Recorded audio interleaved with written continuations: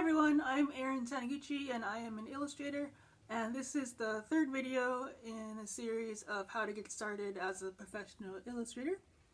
And today we're going to be talking about building your mailing list, so your contact list of potential clients you're going to be sending your portfolio to.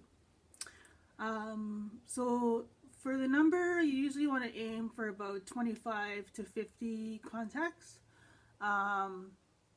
That's kind of a good amount, and there's several different ways you can find these contacts. One for editorial illustration, the way that I did it was I just went to my local bookstore and just flipped through their magazine rack. So I basically just found magazines that I thought my work would fit into, or magazines that the topics interested me.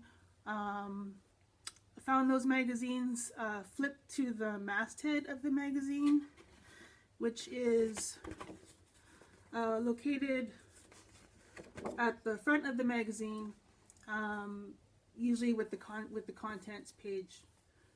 That masthead will have the art director information. It'll have the editor listed on there as well. And it'll also have the mailing address of the magazine. So the things you want to capture is the art director name, creative director name, editor, because sometimes you work with an editor, the mailing address of the magazine, and then if you're lucky, sometimes the email of the art director is listed, but a lot of times it's not. So in that case, what you can do is you can find the format of the email addresses for that magazine.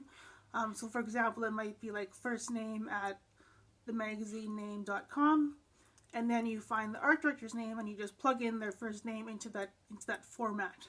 And you can try sending an email to that address, and the worst thing that can happen there is that the email will bounce and it won't go through. So it's not really a big risk you're taking. Yeah, another place you can look if you're having trouble finding contact information is some magazines will have submission guidelines on their website, so you can look under there as well. They might have a specific submission email listed on there. And another place you can look is a book called The Writer's Market. This is like a really, I tried to find one, but I can't find my copy. But it's a really thick book, and it basically has a listing of like tons and tons and tons of different publishers. So there's book publishers in there, there's magazine publishers. I think there's other categories as well. But and they publish one every year, I think. And I think you can also find it at your local library as well.